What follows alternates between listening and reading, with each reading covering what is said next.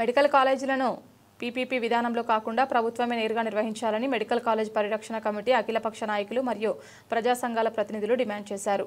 Markapuram medical కాలేజీని ప్రభుత్వ ఆధీనంలో కొనసాగించాలని పీపీపీ విధానాన్ని వెంటనే రద్దు చేయాలని కోరుతూ మార్కాపురం మెడికల్ కాలేజ్ పరిరక్షణ కమిటీ ఆధ్వర్యంలో అఖిలపక్ష ప్రజా సంఘాల నేతలతో మార్కాపురం పట్టణంలోని సిపిఐ కార్యాలయంలో రౌండ్ టేబుల్ సమావేశం నిర్వహించారు.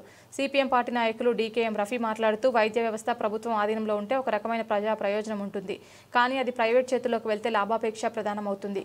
కార్పొరేట్ శక్తులకు వైద్య విద్యను తాకట్టు పెట్టడానికి కూటమి ప్రభుత్వం ఈ పీపీపీ విధానాన్ని తీసుకువచ్చింది. ఇది సామాన్య విద్యార్థులకు వైద్య విద్యను దూరం చేస్తుందని విమర్శించారు. ప్రజారోగ్యం నుంచి ప్రభుత్వం తప్పించుకునేందుకు ఈ విధానం ఒక మార్గం మాత్రమే. ఈ నిర్ణయానికి వ్యతిరేకంగా ప్రజల్లో చైతన్యం కలిగించేందుకు త్వరలో ఉద్యమాన్ని ప్రారంభిస్తామని తెలిపారు.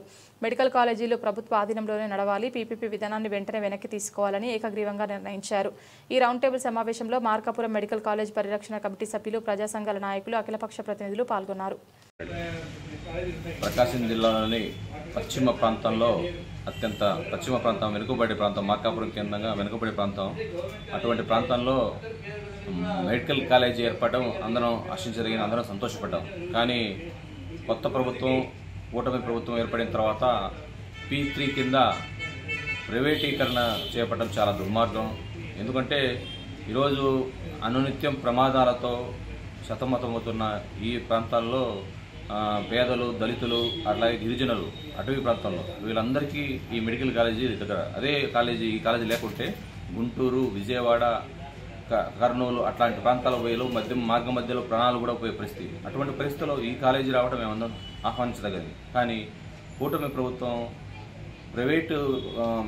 ప్రైవేటు కాలేజీల మెప్పు కోసం, ప్రైవేటు కాలేజీల లబ్ధి కోసం ఈరోజు ఉన్న కాలేజీలన్నీ P3 కింద ప్రైవేటీకరణ చేయడం అంటే చాలా దుర్మార్గం.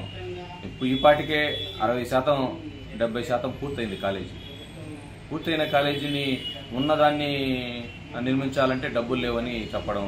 కొంతమంది మంత్రులైతే ఇది మేమే పూర్తి చేస్తాము, కొంతమంది ఏమో ప్రైవేటీకరణ అంటారు, కొంతమంది ఏమో ప్రభుత్వ పబ్లిక్ పార్టీ అని రకరకాల పేర్లు ప్రజలను గందరగోళం చేస్తూ మంత్రులు ఒకరికొకరు కొత్తలు ఎప్పుడు మాట్లాడుతున్నారు. కానీ చంద్రబాబు గారు స్పష్టంగా ప్రైవేటు వ్యక్తులకు ఇది అప్పగిస్తున్నామని చెప్పారు. 33 సంవత్సరాలు కాదు 66 సంవత్సరాలని చెప్తున్నారు. మంత్రులు పోటీపడి ప్రైవేటులకు అప్పగించడానికి చేయడానికి సిద్ధపడుతున్నారు. ఇది కానీ P4 కింద వస్తే ఈ ప్రాంతం అంతా మళ్ళీ పాత పద్ధతిలోనే మళ్ళీ వెనక్కిపోతుంది. ఎందుకంటే ఈరోజు ప్రైవేటీకరణ జరిగితే విద్య ప్లస్ మెడికల్ విద్య, ఇటు వైద్య సేవలు అన్ని ప్రైవేటు పరం అవుతుంది. ఎప్పుడు ప్రైవేటు రంగం లాభశిక్ష తప్ప సేవా మార్గం చూడదు. కాబట్టి ప్రభుత్వ రంగం అయితే సేవ చేస్తుంది, అంతో ఇంతో పేద ప్రజలకు, పేద విద్యార్థులకు విద్య అందుతుంది. ఇదే ప్రైవేటీకరణ జరిగితే రేపు మొత్తం మార్కెట్ హోల్సేల్గా మార్కెట్గా అమ్ముడే తప్ప, గతంలో జనార్దన్ రెడ్డి టైంలో క్యాపిటేషన్ ఫీజు ఎలా జరిగిందో అదేవిధంగా చంద్రబాబు మీద కూడా కూటమి ప్రభుత్వం మీద పోరాటం చేయడానికి సిద్ధమవుతున్నాము. ఎందుకంటే ఉన్న మెడికల్ విద్యను పూర్తి చేయకుండా ప్రైవేటీకరణ చేయడం అంటే మొత్తం విద్యను, వైద్యాన్ని పేదల నుంచి దూరం చేయ దుర్మార్గం ఆలోచన, కార్పొరేటర్లకు లబ్ధికి చేయడం ఈ ఆలోచన తప్ప, గతంలో ప్రతిపక్షంలో ఉన్నప్పుడు ఇదే చంద్రబాబు వ్యతిరేకించారు. కాలేజీలు ప్రైవేటీకరణ జరుగుతుందేమో మేము ఒప్పుకోము, ఇది ప్రైవేట్ రంగం చేయాలన్నారు. కానీ ఇప్పుడు అధికారంలో చేరిన తర్వాత పూర్తిగా ప్రైవేటీకరణ చేస్తామని సిగ్గు లేకుండా బయట చెప్పడం చాలా దుర్మార్గము. చంద్రబాబు విధానం ఇదైతే ఆయన మార్చుకోవాలి, లేకుంటే ప్రజాపాలన తప్పవని సిపిఎంగా హెచ్చరిస్తున్నాం.